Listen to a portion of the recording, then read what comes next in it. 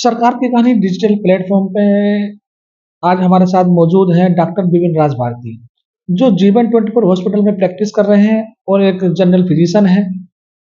MBBS MD उन्होंने किया हुआ है। आज हम उनसे जानेंगे कि उनके प्रैक्टिस के कार्यकाल में इस हॉस्पिटल में किन किन मरीजों से फेस करना उनको पड़ रहा है। डॉक्टर साहब, वेलकम है आपका हमारे चैनल में। डॉक्टर साहब, सर्दी का मौसम है और सर्दी के मौसम में अधिकांश हार्ट की प्रॉब्लम ज़्यादा होती है। तो क्या हार्ट की प्रॉब्लम वाले या उससे भी और अतिरिक्त मरीज आपको फेस करने पड़ रहे हैं? थोड़ा हमारे दर्शक जानना चाहेंगे।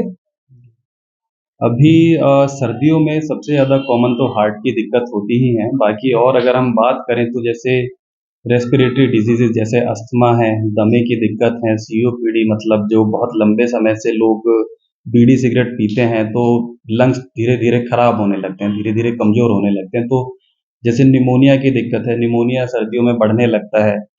बाकी ऐसे पेशेंट्स होते हैं जिनमें फ़ालिस मार जाती है, जैसे दिमाग में ब्लीडिंग हो जाती है, कुछ में क्लॉट जमा हो जाता है ब्रेन में, तो ऐसे पेशेंट्स अभी बहुत ज़्यादा आ रहे हैं।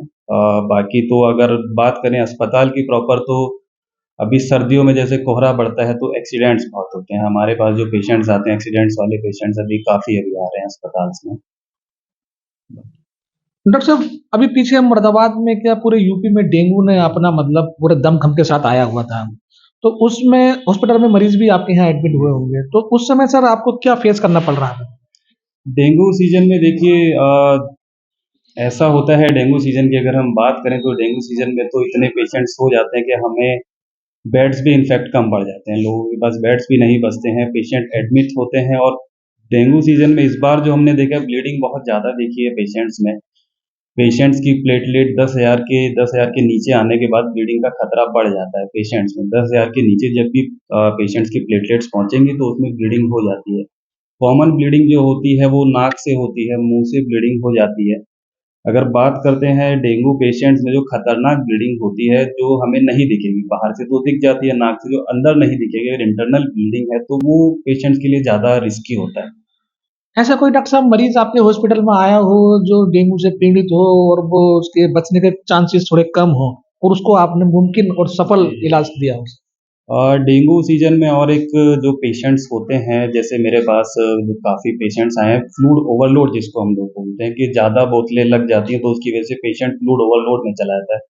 क्योंकि डेंगू के पेशेंट्स में जो हमको फ्लूइड देना होता है, वो बहुत मतलब मार्जिन ऑफ एरर बहुत कम होता है। आप ना ज़्यादा दे सकते हैं, ना ही कम दे सकते हैं। तो ऐसे पेशेंट्स होते हैं जिनको फ्लूइड बहुत ज़्यादा चला जाता है, तो उनको साँस लेने में दिक्कत होने लगती है, लंग्स में पानी भर जाता है, हार्ट के चारों तरफ पानी भर जाता है, पेट में पानी भरने लगता है पेशेंट्स को। तो एक पेशेंट थी 15 शायद 15 साल एज थी उसकी पेशेंट की। ऐसी पेशेंट थी, शुरुआत में तो हमें लगा था कि पेशेंट वेंटिलेटर पे चली जाएगी क्योंकि उसकी इतनी साँस फूल रही थी। बाकी फिर हमने उसको बाईपैप दिया, बाईपैप देने के बाद कुछ और दवाइयाँ चलाई, लेसिक्स इन्फ्यूज़न चलाया, उसके बाद पेशेंट इम्प्रूव करी। फिर उसके बाद हमने उसको डिस्चार्ज किया। खुश थे उनके घरवाले काफ़ी क्योंकि 13-14 साल की बच्ची थी उनकी, ठीक होके यहाँ से गई थी, बेटर थी। डॉक्टर साहब, जो हॉस्पिटल है जीवन 24 हॉस्पिटल, इसकी स्थापना कब हुई और किन उद्देश्यों को लेकर की गई? सर इसकी स्थापना डेढ़ से 2 साल अभी हो गया है, 2 साल पहले के आस-पास इसकी स्थापना हुई है। और इस एरिया में अगर हम बात करेंगे तो जिला अमरोहा में बहुत मल्टी स्पेशलिटी हॉस्पिटल्स हैं नहीं। अब हमारे हॉस्पिटल में MD medicine, general surgery, paediatrician, gynaecology, urologist, neurosurgery ये सब सुविधाएँ हैं। तो एक मुझे लगता है कि अमरोहा जैसे छोटा छोटा जिला तो नहीं बोल सकते हैं, बट अमरोहा जैसे जिले में एक मल्टी स्पेशलिटी हॉस्पिटल की बहुत ज़्यादा नीड थी। तो यही सोच के सर, क्या-क्या हॉस्पिटल में सुविधाएँ हैं और क्या आगे करने जा रहे हैं? अभी फ़िलहाल हमारे पास general medicine, general surgery, paediatrician, orthopaedician, neurosurgery और रेडियोलॉजी ये सब अभी सुविधा हैं। बाकी अभी फ्यूचर में हम लोग जैसे कैथ लैब के लिए अभी प्लान कर रहे हैं, एमआरआई के लिए प्लान कर रहे हैं, सीटी स्कैन अभी हमारे पास है, अल्ट्रासाउंड मशीन है, इको हमारे पास हो जाता है, इको की सुविधा यहाँ पे उपलब्ध है, एक्स-रे है, एमआरआई और अभी कैथ लैब के लिए भी हम लोग आगे प्लान कर रहे हैं क्योंकि कार्डियक पेशेंट्स यहाँ बहुत बढ़ रहे हैं, कार्डियक पेशेंट्स बहुत होते हैं तो एक कैथ लैब बहुत ज़्यादा ज़रूरी है। हमारे दर्शक आपसे जानना चाहेंगे हमारे चैनल के माध्यम से कि आपकी जो आपने डिग्री मेडिकल में हासिल की है, एमबीबीएस, एमडी की है, कहाँ से की है और किन से प्रेरणा लेकर की है? आप चाहे तो एक प्राइवेट जॉब भी कर सकते थे, आप डॉक्टर के पेशे में ही सर क्यों आए? हमारे दर्शक जानना चाहेंगे आपसे। मैंने अपनी एमबीबीएस एलएलआरएम मेडिकल कॉलेज से किया है और अपनी पीजी एमडी मेडिसिन वो केजीएमसी लखनऊ से किया है। फिर उसके बाद 2 साल का एसआरसीपी मैंने केजीएमसी से ही किया है। जो प्रेरणा की बात है ऐसा है कि मेरे अंकल डॉक्टर थे, पीडियाट्रिशियन थे, फिर किसी कारणवश वो एक्सपायर कर गए, तो प्रेरणा तो मुझे वहीं से मिली थी, फिर बाकी धीरे-धीरे तो जैसा होता गया आगे बनते गए, चलता गया। आपकी प्रैक्टिस के दौरान कहीं आपको अवार्ड से सम्मानित किया गया हो? हमारे दर्शक ये भी जानना चाहेंगे।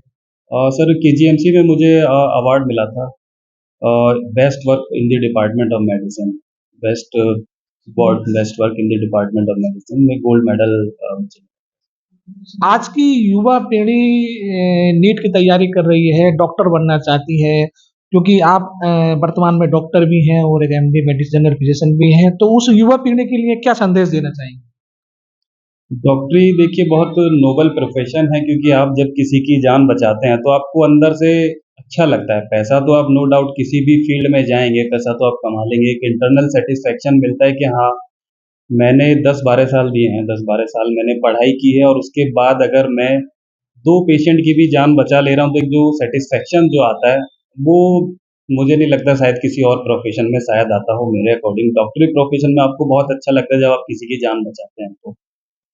हमारे साथ मौजूद थे जीवन 24 हॉस्पिटल के doctor doctor Bipin Raj Bharti. Cameraman Sohail के साथ मैं जरीस मलिक, मुरादाबाद।